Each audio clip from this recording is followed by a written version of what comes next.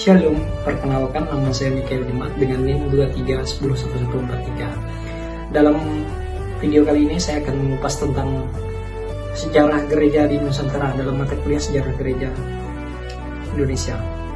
Sejarah gereja di Nusantara memiliki perjalanan panjang yang dimulai pada abad ke-14 hingga sekarang.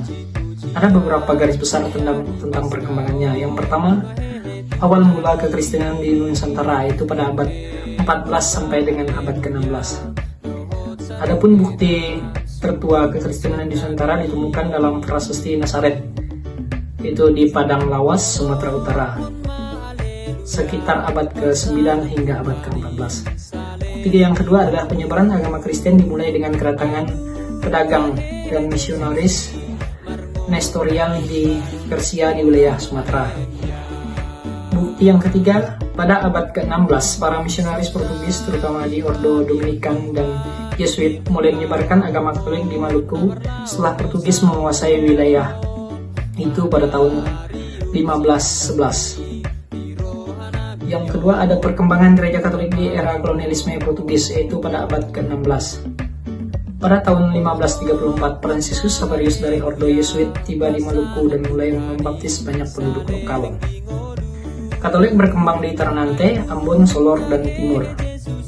Namun dengan datangnya Belanda yang membawa agama Protestan pada abad ke-17, agama Katolik mengalami kemunduran karena Belanda mengusir para misionaris Portugis. Yang ketiga, ada dominasi Belanda dan perkembangan Protestan, yaitu terjadi pada abad ke-17 sampai dengan 19. Belanda yang berhaluan Calvinis membawa agama Protestan ke Nusantara. VOC melarang Katolik dan hanya mengizinkan Katolik menyebar di Ambon, Minahasa, dan Batak.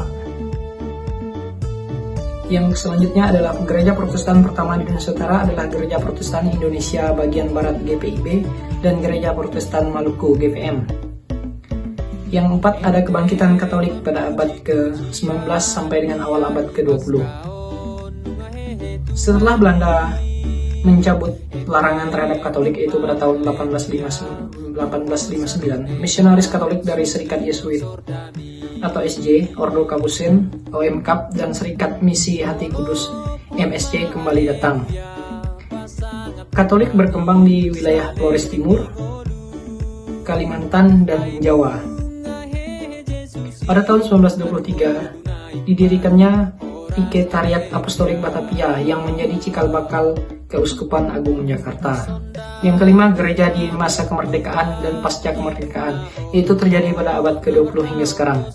Setelah Indonesia merdeka, tepatnya pada tahun 1945, gereja Katolik dan gereja Protestan berkembang pesat dan banyak umat yang menjadi pemimpin gereja. Pada tahun 1967, Kardinal pertama Indonesia itu Julius Darmaji, SJ.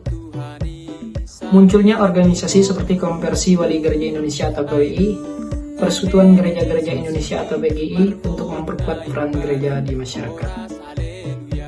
Gereja di Indonesia saat ini terus berkembang dengan berbagai keuskupan dan sinode yang membangun pendidikan, sosial, dan pelayanan pastoral bagi umat.